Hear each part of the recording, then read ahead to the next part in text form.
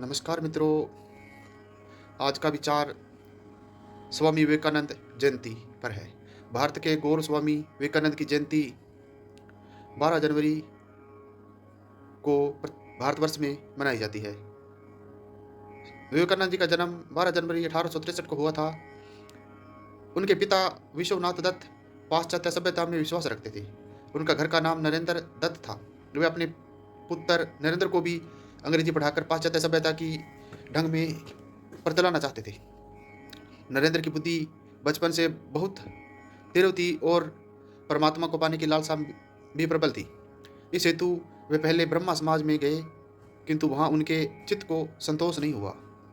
सन 1884 में विश्वनाथ दत्त की मृत्यु हो गई। घर का भार नरेंद्र पर पड़ गया। घर की दिशा बहुत खराब थी। कुशल यही था कि नरेंद्र का विवाह नहीं हुआ। अत्यंत गरीबी में भी नरेंद्र बड़े अतिथि सेवी थे। समय भूखे रहकर अतिथि को भोजन कराते, समय बाहर वर्षा में रात भर भीगते टूटते पड़े रहते और अतिथि को अपने बिस्तर पर सुला देते। रामकृष्ण परमहंस की प्रशंसा सुनकर नरेंद्र उनके पास पहले तो तर्क करने के विचार से गए थे, किंतु परमहंस जी ने देखते ही पहचान लिया कि ये तो वही शिष्य है जिसका उन्हें कई दिनों से इंतजार है। परमहंस जी की कृपा से इनको आत्मा साक्षात्कार हुआ। फलस्वरूप नरेंद्र परमहंस जी के शिष्यों में प्रमुख हो गए।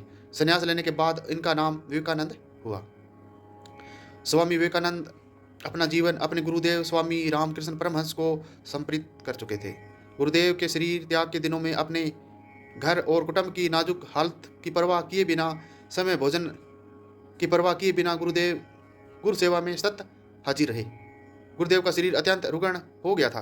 कैंसर के कारण गले में से थूक, रक्त, कफ आदि निकलता था। इन सब की सफाई वे खूब ध्यान से करते थे। एक बार की बात, किसी ने गुरुदेव की सेवा में घृणा और लापरवाही दिखाई तथा घृणा से नाक भौहें सिकोड़ी। यह देखकर विवेकानंद को गुस्सा आ गया।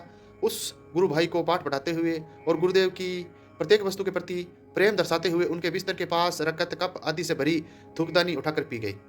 गुरु के प्रति ऐसी अनन्य भक्ति और निष्ठा के प्रताप से ही वे अपने गुरु के शरीर और उनके दिव्यतम आदर्शों की उत्तम सेवा कर सके।